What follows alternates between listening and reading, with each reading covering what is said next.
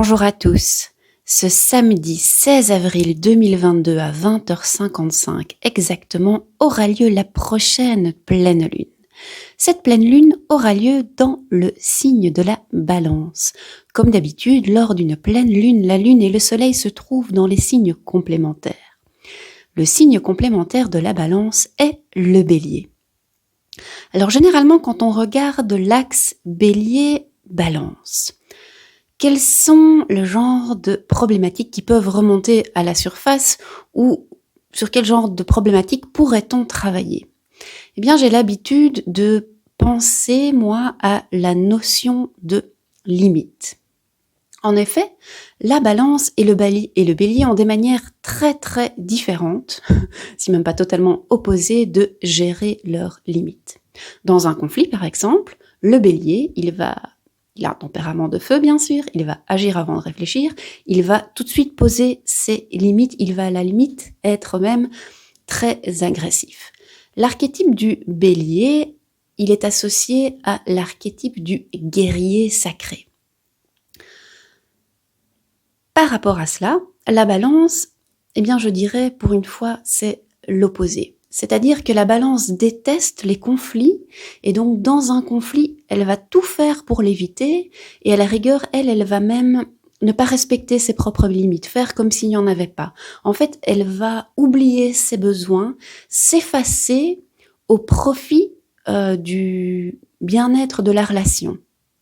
Alors, si on regarde ces deux stratégies, en fait, qui sont sur le même axe, mais une extrême et l'autre, en fait, ces deux stratégies sont extrêmes et en réalité, il y aurait moyen de trouver une stratégie, on l'espère, qu'il y a moyen de la trouver, je veux dire, une stratégie plus optimale, qui serait une résolution où il n'y aurait pas un gagnant ou un perdant, mais où les deux personnes dans le conflit arriveraient à trouver une solution où ils se sentent tous les deux gagnants.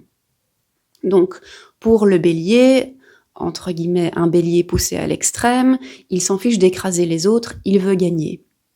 La Balance poussée à l'extrême, elle s'en fiche de gagner, elle veut surtout éviter les conflits, et donc elle va se mettre dans une situation où elle perd. Alors elle se dit, mais non, je ne suis pas en train de perdre, je m'efface pour le bien commun. Mais en réalité, elle ne respecte quand même pas ses limites. Et le Bélier, il met tellement trop ses limites en avant qu'il n'hésite pas à écraser les autres. Bon, cette, entre guillemets, théorie-là sur l'archétype de la Balance et l'archétype du Bélier, je vous en ai déjà parlé à maintes reprises. Et d'ailleurs, l'année dernière, donc il y a plus ou moins un an, lors du dernier rituel de pleine lune en Balance, c'était la question que je vous avais proposé d'aller poser à l'esprit de la pleine lune, c'est si vous étiez en ce moment pris dans un conflit, c'était d'aller lui demander des conseils pour sortir de ce conflit et de voir si vous aviez plutôt besoin d'appliquer la médecine du Bélier ou la médecine de la Balance. Alors cette question reste toujours valable. Si pour l'instant vous vous retrouvez dans un conflit, eh bien le soir de la pleine lune, allez demander à l'esprit de la pleine lune un conseil pour sortir de ce conflit. Cette question, elle reste valable, elle reste juste à chaque fois qu'on est dans une pleine lune en Bélier ou une pleine lune en Balance. Mais cette fois-ci, j'avais quand même envie de vous proposer une nouvelle question. Donc je me disais, ok, on est sur l'axe des limites. Comment les poser, comment les faire respecter, mais comment aussi ne pas en mettre trop. Et je me disais, bon, ok, dans quel domaine de la vie, mis à part les conflits, pourrions-nous appliquer cette notion de limite? Et je me posais la question. J'avais pas vraiment de réponse qui venait. Et donc je me suis dit, c'est pas grave, ça viendra au moment où ça doit venir. Et il y a 2 jours, j'ai suivi une méditation guidée. Alors le titre de la méditation guidée, c'était comment partir à la rencontre de son guérisseur intérieur. Alors, je fais moi-même des méditations guidées, donc assez bêtement, j'imaginais que cette méditation-là allait ressembler à une méditation que moi j'aurais faite. Donc, si on me dit que je vais partir à la rencontre de mon guérisseur intérieur, eh ben, je m'attends vraiment à aller rencontrer une partie de moi-même qui serait mon guérisseur intérieur, et donc aller rencontrer, que ce soit un personnage, que ce soit un objet, une couleur, une odeur, une forme, en tout cas, je m'apprête à aller rencontrer une partie de moi-même, et donc qu'elle va se manifester dans mon imaginaire, ou sous une certaine forme, en fait, et que je vais pouvoir converser avec elle. Parce que ça, je pensais à ça bêtement, parce que c'est le genre de choses que moi je fais. Alors qu'en fait, il s'est avéré que cette méditation-là, c'était pas ça. Ça s'appelle comment partir à la rencontre de son guérisseur intérieur, mais en réalité, j'appellerais ça plutôt une visualisation guidée dont le but est de rebooster notre immunité, en fait. Mais donc,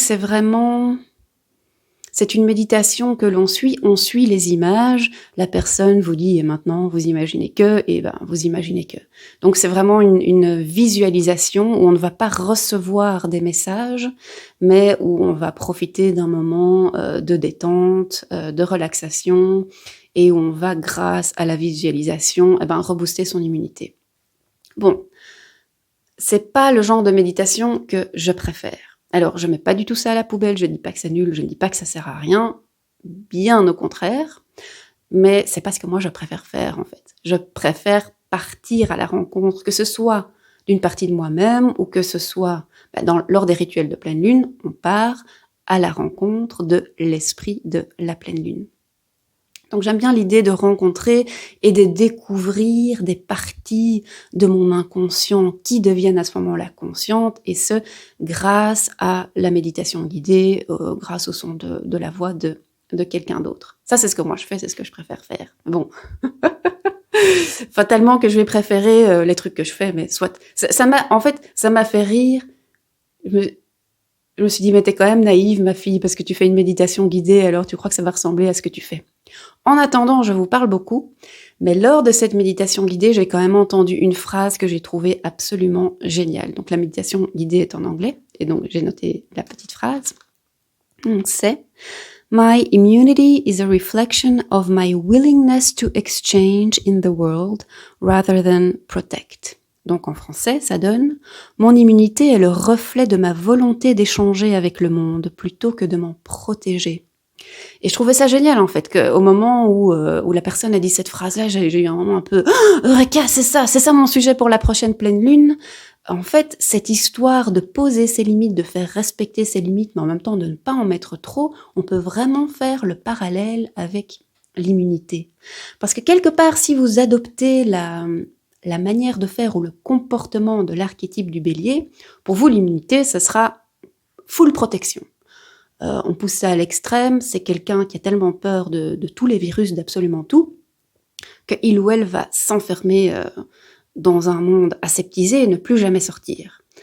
Ça, c'est bien, mais en attendant le jour où vous ressortez de ça, en fait, vous n'avez aucune immunité. Votre immunité ne s'est pas construite, et donc, c'est pas vraiment une stratégie optimale. À l'inverse, quelqu'un qui aurait une immunité qui se comporterait comme l'archétype de la balance poussé à l'extrême, eh bien, en fait, elle laisserait tous les virus, entre guillemets, l'attaquer et prendre possession de son corps, et elle terminerait, entre guillemets, morte parce qu'elle s'est abandonnée aux besoins du virus sans respecter ses propres besoins. C'est un peu le parallèle, mais je trouvais le parallèle intéressant. De mettre en parallèle, je répète 4 fois le mot parallèle, je devrais mieux préparer mes vidéos, soit. J'aimais bien l'idée de mettre en parallèle quand même l'immunité et la notion de limite. Donc, la question que je vous propose d'aller poser lors du prochain rituel de pleine lune, c'est d'aller demander comment améliorer, comment booster cette immunité, tout en gardant en tête que l'immunité est le reflet de notre volonté d'échanger avec le monde plutôt que de simplement s'en protéger. J'aimais vraiment bien cette idée. Alors, j'espère que cette question vous plaît.